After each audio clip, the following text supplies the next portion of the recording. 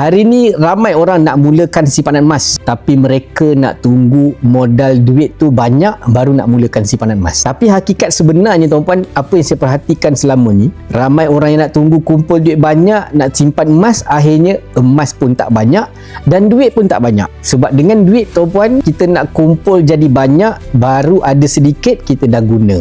Baru kumpul sedikit, kita dah pakai duit tu ke arah tempat lain.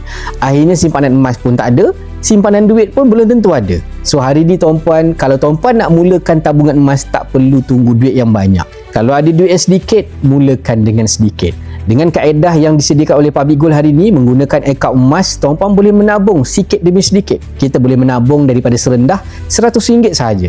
So tuan-puan, kita menabung sikit demi sedikit sehingga jadi banyak dengan tabungan emas. Kalau tuan-puan nak tunggu duit tu betul-betul banyak, tuan-puan, jangan mimpi tuan-puan nak dapatkan duit tu banyak, sedangkan duit yang sedikit pun tuan-puan tak mampu nak simpan. So hari ni, jom sama-sama kita buka akaun emas bersama dengan Public Gold. Kita menabung sikit demi sedikit sehingga jadi banyak menggunakan akaun emas yang sangat mudah, murah dan juga patuh syariah. Isi back servis di bawah ni untuk tuan-puan jadi penyimpan emas bersama dengan Public Gold. Jangan lupa follow saya, info emas dan juga kewangan.